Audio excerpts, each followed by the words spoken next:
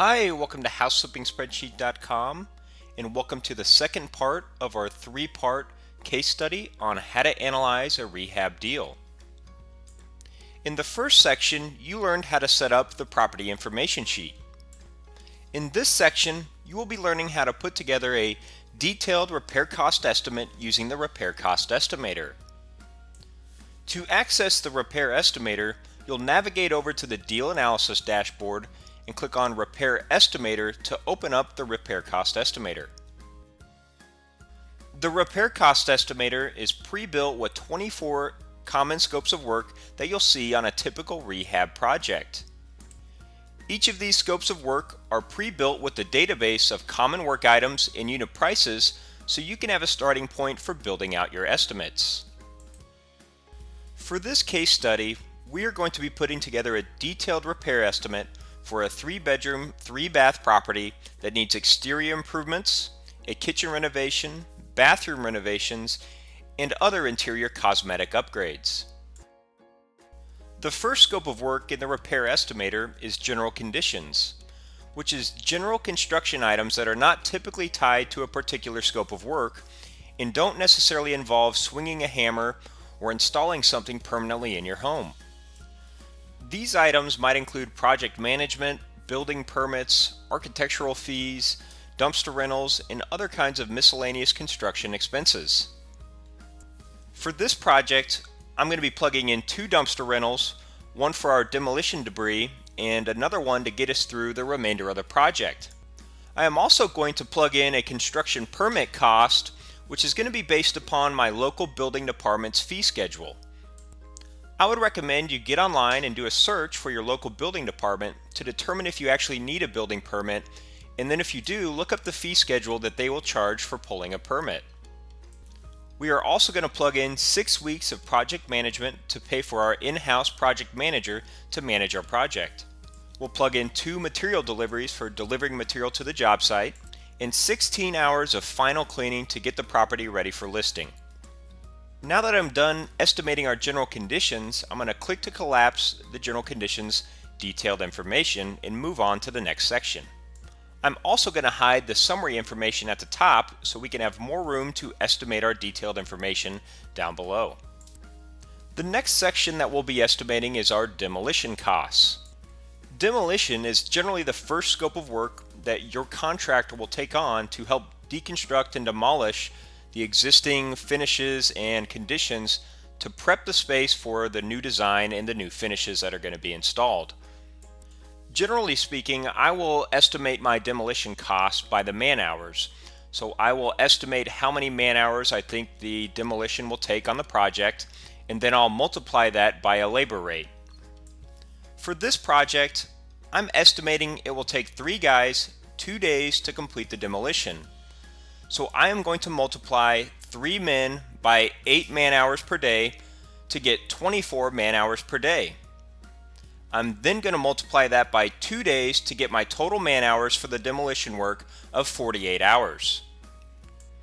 I'm then going to multiply the 48 hours by a labor rate of $20 per hour, which is what I pay my laborers. You could also estimate your demolition costs by each individual room or by a cost per square foot. The next 10 scopes of work really have to do with exterior or structural improvements. Our property needs a new roof, new exterior doors, new windows, 2 new garage doors, and some landscaping to freshen up the exterior of the property. Our roofing category is broken down into 3 roofing types: asphalt, wood, slate, and clay tile shingles. We will be removing and replacing the existing roofing materials with new architectural asphalt shingles. Roofing costs are typically estimated by the square. 1 square is equal to 100 square feet. This property is 2,100 square feet, so we're going to divide that by 100 square feet to calculate the number of squares that are going to be required to replace the roofing materials. Because the roof is not flat and there's a pitch to the roof, we're going to have to multiply the number of squares by a slope multiplier. Typically, I will multiply my number of squares by 1.25 to account for the slope, and any kind of overhangs or miscellaneous surface areas. So on this 2,100 square foot property, we have 26 squares of roofing material that needs to be furnished and installed on the property. These 26 squares will then be multiplied by our local contractor's unit prices for removing the existing roof and furnishing and installing new architectural shingles. The property is also going to need all new exterior doors and all new exterior windows throughout the property. Typically, when I'm first analyzing a deal, I will not spend the time to go through and measure each individual door or window on the property. I will just get a door or window count and plug in an average unit price for each door or each window. The top section is where you can input your exterior door work items. Our property needs 2 new steel entry doors, one at the front door and then one at the garage. We're also going to be installing a new French patio door that will be installed at the back deck. And then all of these doors are going to need new door hardware. For the windows, I have counted 13 new windows on the property, and I'm going to plug in an average unit price of $250 to furnish and install each window.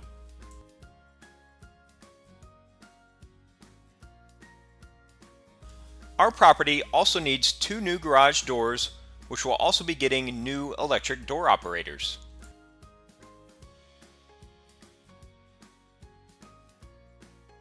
We are planning on freshening up the front landscaping with some new planter beds, bushes, and plantings. Typically, when I'm first analyzing a deal, I will include a material allowance such as $500 for the material that I will use as my budget for purchasing the bushes, plantings, and other landscaping materials.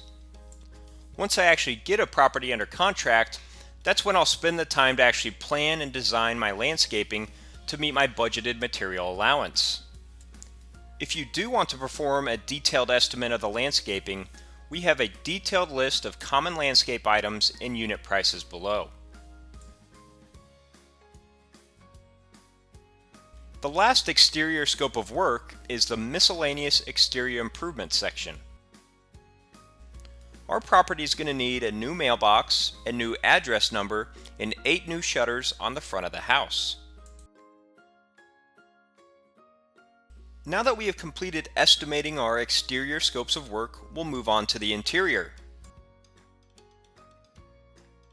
The first section is framing and drywall, which will include any kind of wood framing, insulation, or drywall finishes. On this project, we are not removing or relocating any walls or redesigning the floor plan of the property. So we really won't need to include any estimated costs for wood framing in our estimate. Some of the walls have holes, dents, or blemishes that need to be repaired. So we are going to include an allowance of $500 to have our contractor go around and patch and prep the walls for painting. The ceilings throughout the property also have an ugly popcorn ceiling. So we are going to remove and retexture the ceilings throughout the property with a new knockdown textured finish. On this property, we're going to be performing a complete kitchen remodel with all new kitchen cabinets, new countertops, new backsplash, and appliances. But for the most part, the kitchen cabinets and general kitchen layout will be the same as the existing. So we're just going to use the existing cabinet lineal footage and countertop square footage for our quantities. So we're going to plug in 15 lineal feet of base cabinetry, 13 lineal feet of upper cabinetry, and then we're going to plug in a pantry cabinet. For our countertops, we have roughly 35 square feet, and then we're going to need to purchase a stainless steel undermount sink bowl that will be installed with the countertops. Our 3 bathrooms on the property are also receiving a complete cosmetic remodel and will receive all new finishes and all new fixtures throughout. We will be installing 3 new vanity cabinet sets that include the vanity cabinet, the countertop, and the undermount sink. We will be installing a higher end bathroom, so we are going to increase the vanity cabinet material pricing to $750 each. Next, we will estimate our doors and interior trim costs. We will be replacing all of the interior doors with new pre-hung hollow core wood doors and new door hardware. In the kitchens and the bathrooms, where we're removing the existing base cabinetry and installing new floor finishes, we'll likely need to install new wood base. Now, I'm not entirely sure how much wood base we're actually going to need, so I'm just going to plug in 100 lineal feet of new wood base as an allowance. The next section includes carpet and resilient flooring, which includes carpeting and resilient floorings such as sheet vinyl and vinyl tile. We will be installing new carpet flooring throughout all the main common areas and living spaces, as well as the bedrooms.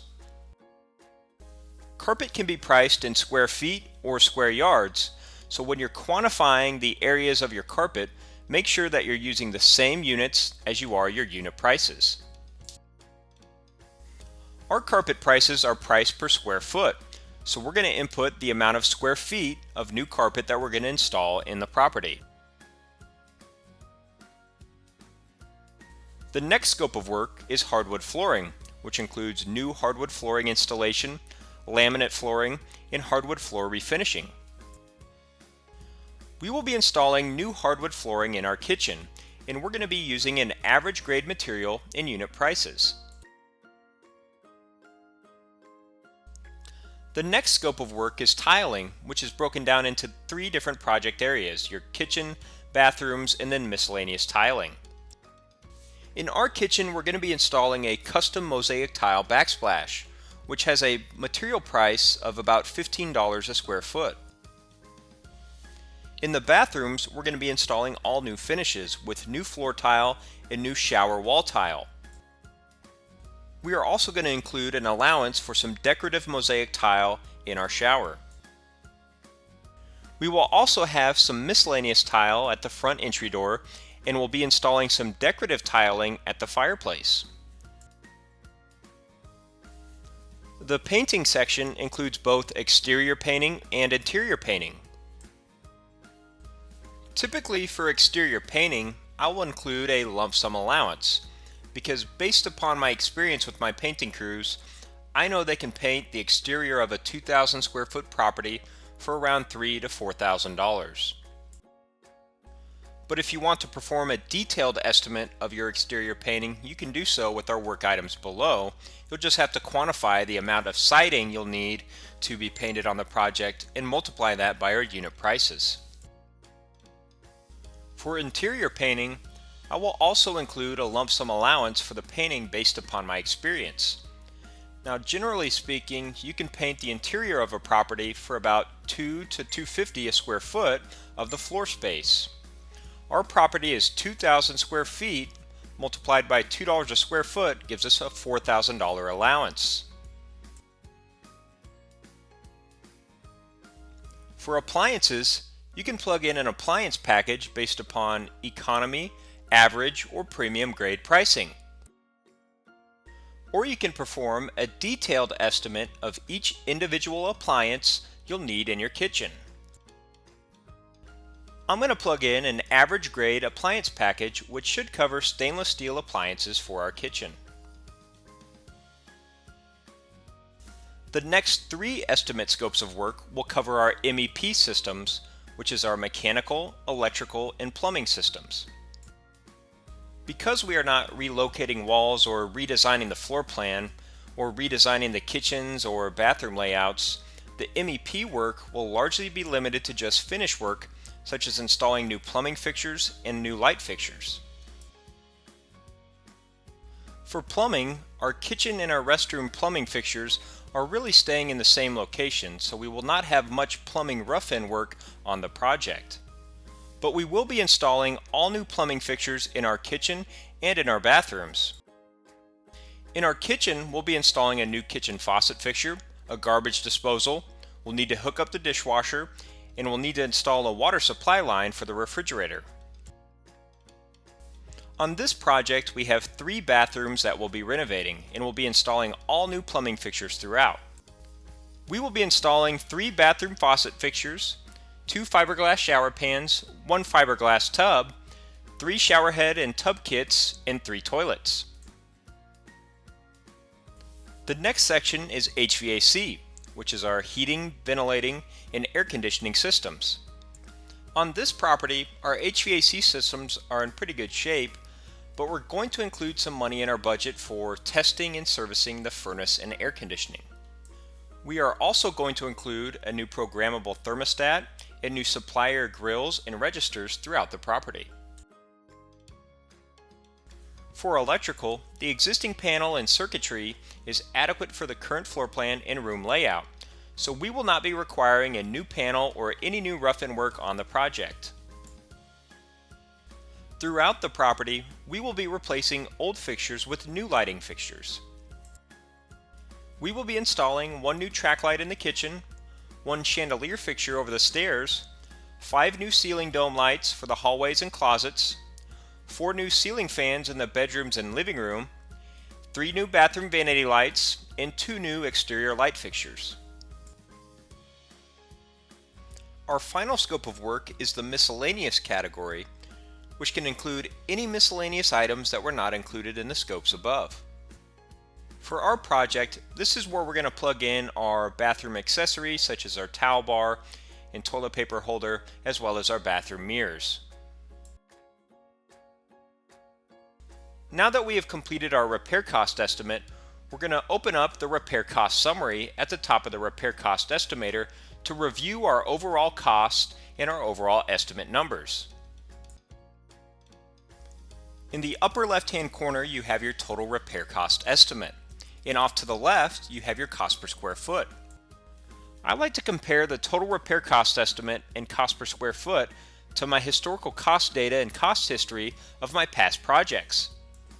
Generally, comparable projects that I've worked on in the past that have a similar scope of work fall in the price range of around $30 to $50 a square foot. Our current cost per square foot is around $30 a square foot, which falls in the lower end of my historical cost range for my projects.